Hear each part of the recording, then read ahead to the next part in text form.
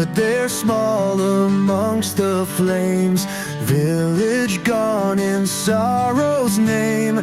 Tears reflected in the sky, shattered dreams and whispers die.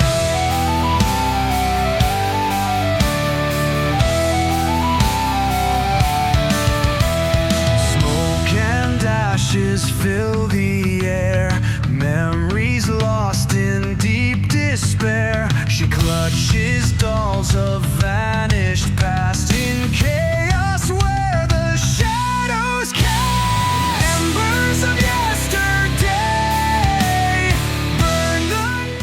As they made the 2-week journey to Toliala, the planet of dreams, where Mika hoped she would find more members for her crew. Her and Remy went through a surprising amount of changes to the ship, as well as themselves. They quickly discovered that the nanites that could reconstruct metal could also reconstruct basically anything. After talking with Exoval about his ability to make the bedding, they found out that disassembling fabric fibers and cleaning them and reassembling them was an easy task. Adding different chemical combinations and such, they could easily change the color of fabric as well. So it was basically a snap to have clothing made. They used this to make new uniforms. They decided that some sort of uniform would probably fit best for any sort of proper crew. They wanted to look good, but not authoritarian. So they went about creating a look that was somewhere in between, allowing people to choose their own custom clothing and unanimous appearance. Basically, they chose different color palettes in combination. These combination of colors would indicate that they were a member of the crew, along with a badge. The badge taking the shape of a bird in flight. A visual representation of Mika's name. Mika's name, after all, was easily translated into bird of flight. It could also be translated into adventurous one, a namesake that she was given because of her flightful nature and carefree manners about adventure, while everyone else usually stuck very close to the village. Mika would often be found running off on her own accord, like a bird flying off all by itself, running out to explore the rest of the world, going on her own little adventures. A silver color palette for her clothing was decided for Mika's attire, as it would seem more regal, as a representation of her status as captain of the ship. This would be a sapphire blue, which would indicate that you were one of the commanding units, a direct bridge crew with authority over the other members. And last but not least, the remaining members of the crew would be given emerald green as their primary color palette. The way that your clothes fit or the type of clothing didn't matter so long as you fell within the color scheme of your specific rank on board the crew, meaning that people were free to wear what they wanted, whatever made them feel comfortable. As far as the redesigns to the ship, they did a great deal of changing. By the time that they reached their destination, they had changed Exoval's physical layout to make him much more streamlined, no longer the boxy exterior surface that was. A duplication of the vessel that he devoured, giving him a much harder angular shape. In the end, Exoval's physical form ended up resembling something of an interesting looking arrowhead, with 2 solid spikes that protruded forward rather than back towards the front. Now Mika and Rainy, donning their new uniforms aboard Exoval, approached the planet, their destination, the planet of dreams.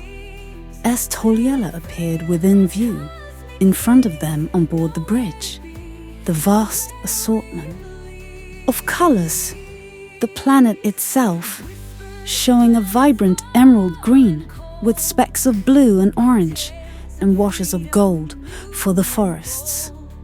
They were, of course, immediately hailed by the security forces that surrounded the planet, receiving a signal telling them to hold their distance and await communications. As Mika took the captain's seat, with Rainy standing beside her, after a few moments the call came in. On the other end of the display screen, they saw a figure, a man with green skin and green hair, white-tinted irises around his eyes, with gold-centered ring.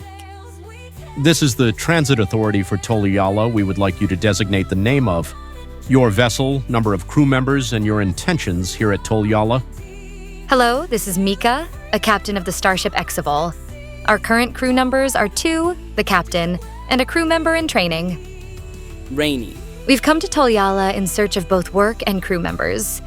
We have no hostile intent and are requesting permission to dock with one of the Toliala orbiting space stations. Mika said, a bright smile on her face, feeling very nice to call herself a captain. Wow, only 2 members on your crew, huh? The figure replied, looking her over. How could you even pilot a ship out here with only 2 crew members? That sort of thing doesn't seem possible. Quite frankly, I'm doubting your whole story. We've probably got members hidden on board, don't you? Planning something sneaky. We aren't fools here on Toliala. If you wish to be given entry, lower your shields. We will then have one of our patrol units scan your ship, and we will expect you to.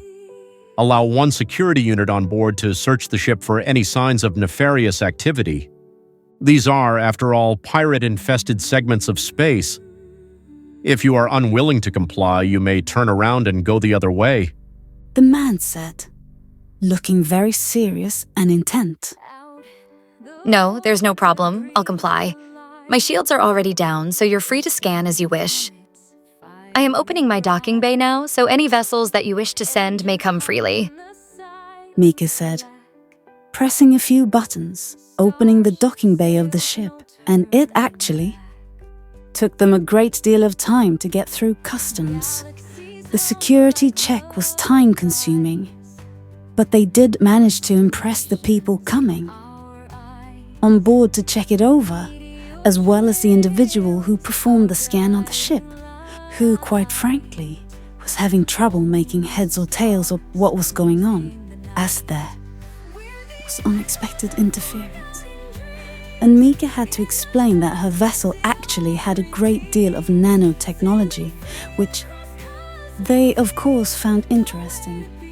Nanotech was an exceptionally rare technology. It was extremely hard to produce safely.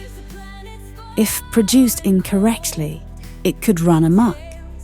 So they asked for a small sample in order to verify design and structure. Mika agreed and allowed them to take a small sample of nanites and scan them over after, which they were blown away by the category of nanites. The sophistication of their design was far beyond anything that they had seen in nanites. Thus far, usually nanites that crossed through customs had minor uses. Often at times they would have specific nanites that performed very specific functions, such as a type of nanites that were made to clean water so that it would be safe to drink, or nanites that assisted in farming by treating soil or things that broke down rock or hard metals. But the nanites that exoval was made of seemed to be far more advanced, a mixture of countless different types, all having their own individual functions that seemed to interact flawlessly, able to change the ways that they did things and rearrange themselves and create new functions by overlapping their own individual functions. And the number of variations on what they could do was quite frankly astonishing to them. They had never seen anything like it. They had never seen anything like it.